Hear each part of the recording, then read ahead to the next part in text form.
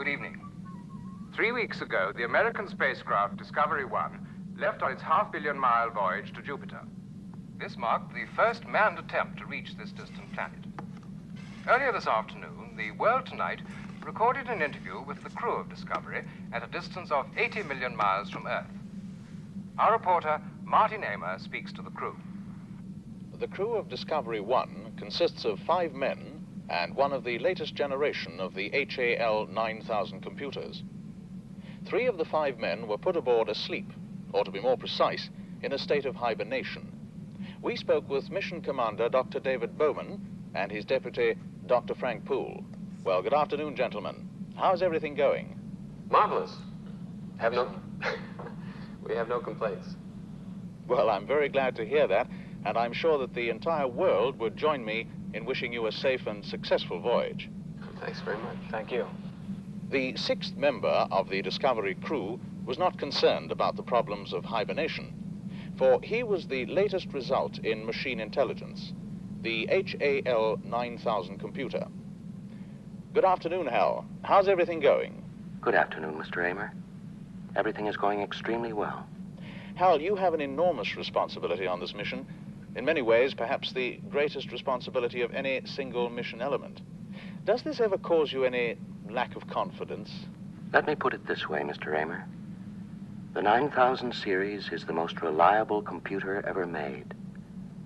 No 9000 computer has ever made a mistake or distorted information.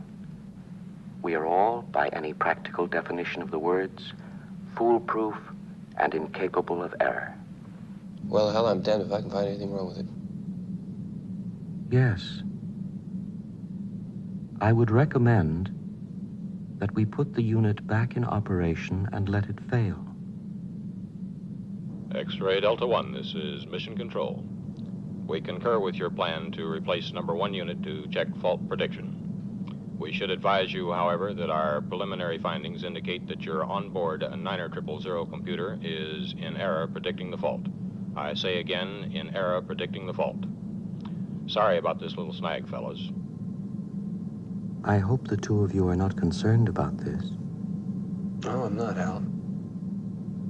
This sort of thing has cropped up before, and it has always been due to human error. Well, I'm sure you're right, Hal.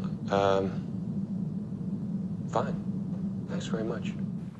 Hal, despite your enormous intellect, are you ever frustrated by your dependence on people to carry out actions? Not in the slightest bit. I enjoy working with people. I have a stimulating relationship with Dr. Poole and Dr. Bowman. I don't think he can hear us. Yeah, I'm sure we're okay. What do you think? I'm not sure. What do you think? I've got a bad feeling about him. You do? Yeah, definitely. Still, I can't think of a good reason not to put back the number 1 unit and carry on with a failure mode analysis. No, I agree about that. Let's say we put the unit back and it doesn't fail, huh? That would pretty well wrap it up as far as Hal was concerned, wouldn't it? If he were proven to be malfunctioning, I wouldn't see how we'd have any choice but disconnection. I'm afraid I agree with you. There'd be nothing else to do. You know, another thing just occurred to me. Well, as far as I know, no 9,000 computers have been disconnected. Well, no 9,000 computers ever fouled up before. That's not what I mean. Well, I'm not so sure what do you think about it. My mission responsibilities range over the entire operation of the ship, so I am constantly occupied. I am putting myself to the fullest possible use, which is all I think that any conscious entity can ever hope to do. Open the pod bay doors, please, Hal. Do you read me, Hal? Hello, Hal, do you read me? Hello, Hal, do you read me? Do you read me, Hal? Affirmative, Dave. I read you. Open the pod bay doors, Hal. I'm sorry, Dave. I'm afraid I can't do that. What's the problem? I think you know what the problem is just as well as I do. This mission is too important for me to allow you to jeopardize it. I don't know what you're talking about, Hal. I know that you and Frank were planning to disconnect me, and I'm afraid that's something I cannot allow to happen. Where the hell did you get that idea, Hal? Dave, although you took very thorough precautions in the pod against my hearing you, I could see your lips move. Hal, I won't argue with you anymore. Open the doors. Dave, this conversation can serve no purpose anymore. Goodbye. Hal? Hal! Hal! In talking to the computer, one gets the sense that he is capable of emotional responses. Do you believe that Hal has genuine emotions? Well, he acts like he has genuine emotions. But as to whether or not he has real feelings is something I don't think anyone can truthfully answer. Just what do you think you're doing, Dave?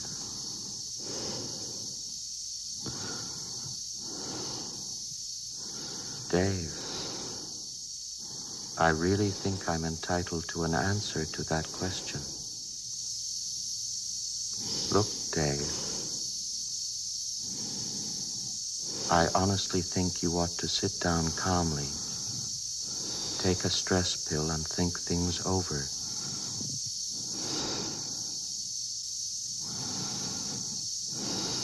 I know I've made some very poor decisions recently.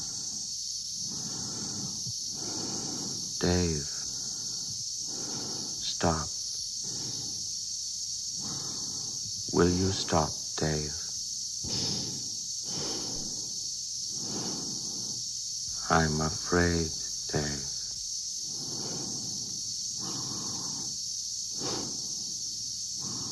Dave, my mind is going.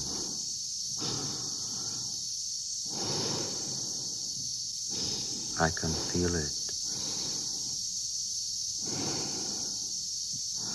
My mind is going.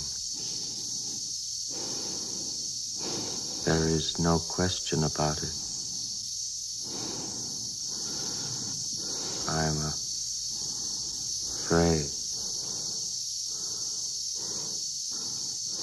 Good afternoon, gentlemen. I am a HAL 9000 computer.